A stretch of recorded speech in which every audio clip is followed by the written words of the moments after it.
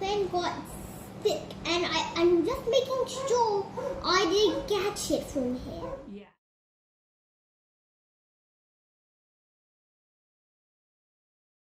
We are here today to demonstrate how to do at-home COVID testing. This is my son Finn, and I'm Megan Fitzgerald. I'm with long COVID families as well as patient-led research.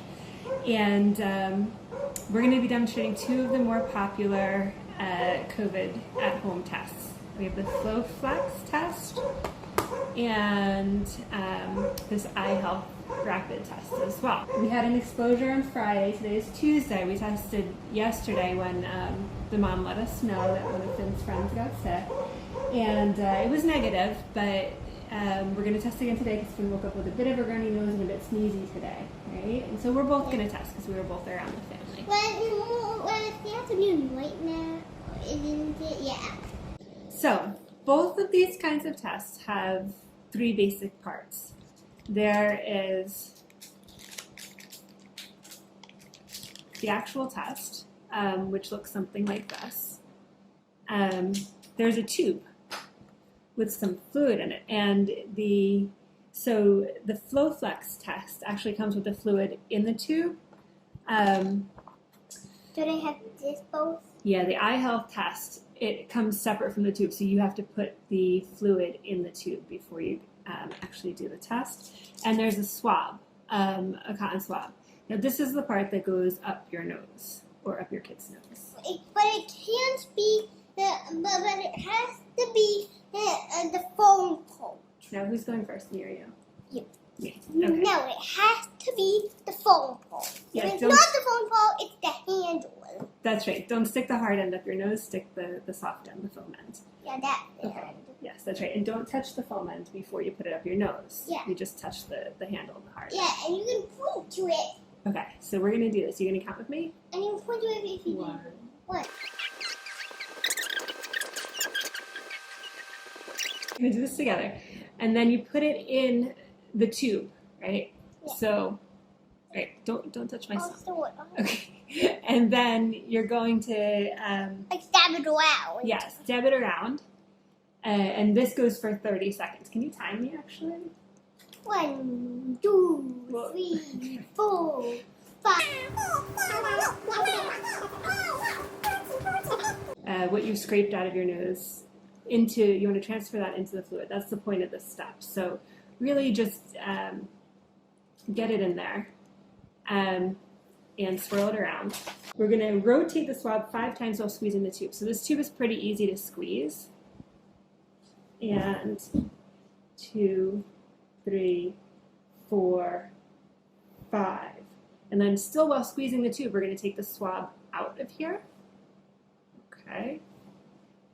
And again, this is to get all of your specimen that you got from your nose into this fluid that was supplied in the tube. You want to dispose of your swab in a safe way. Now we want to use this, right? Wait, not yet. No.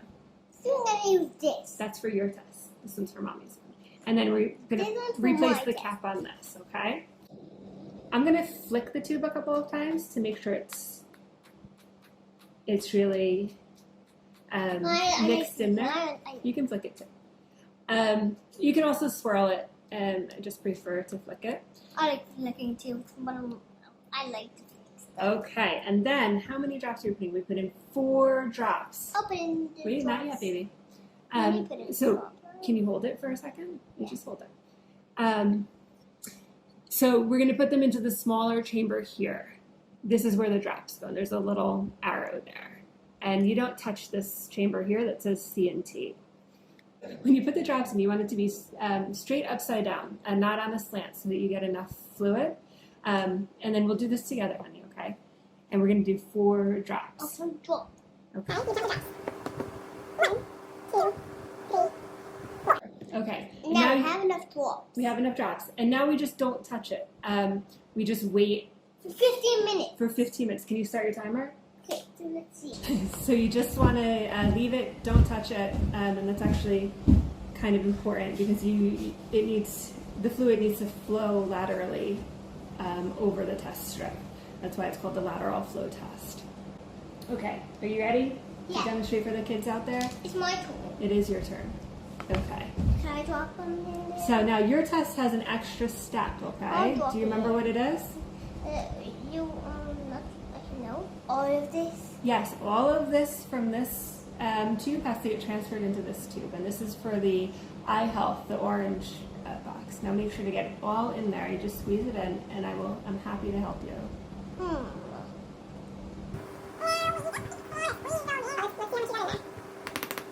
Okay. Now this is enough. There's a couple of lines on here, and it says you need to fill up this tube to the first line. And again, this is for the eye health test. The FlowFlex doesn't have this stuff.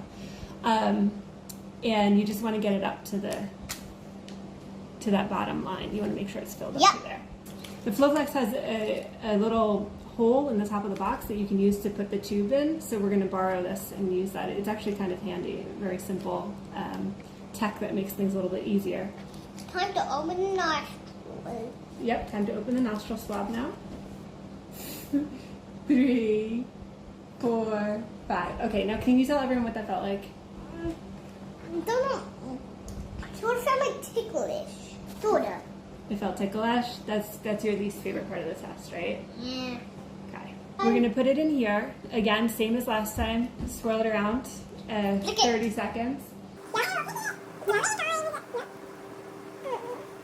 And again with this one, I'm gonna squeeze it and rotate it and make sure squeezing all the liquid off of the swab and then taking the swab out. Okay. And putting the lid on it. Now it's time to flick. Yep, and you can flick it. Do you need some bubbles? No, we don't need bubbles. Just like one bubble. One tiny bubble. It's okay if it has 1 or 2 tiny bubbles, but we're not going to shake it because that'll make it have a lot of bubbles.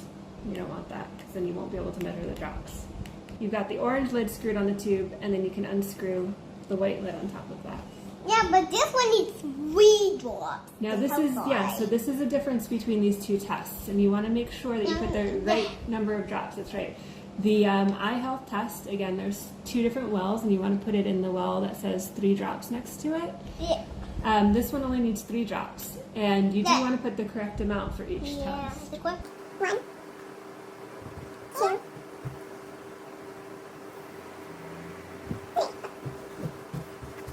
Okay, and now we're going to wait 15 minutes for that test as well.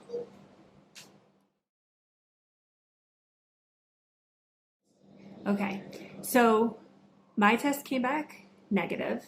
So you can see here that there's a line at the C and no line at the T. So that means that we did the test correctly, but that it's negative. If this was a positive test, there would be lines at both the C and the T lines. If you have a line at the T but not the C, that means that the test was done incorrectly, and you should do it again. So the C line is the control, and no matter what, it should come up. It should come up as a line there, but the T should only come up if you're positive. Now, there are such a thing as false negatives. What this means is that your test can come back negative even if you actually have COVID. And is that your timer for your test? Yep. Okay, so my one is a C. Yep, so Finn also has his as just the C line coming up and the T line. So his is also negative for today. And so because what I was just talking about with the possibility of false negatives, because we know that he had a pretty significant exposure last week and he's got a bit of a runny nose today, we are going to retest again tomorrow just to make sure we're not getting false negatives here. So and I would definitely recommend doing that. Go on symptoms, but none of us have a fever, which is very reassuring. Okay, I hope that this was helpful to anyone doing their own COVID testing at home.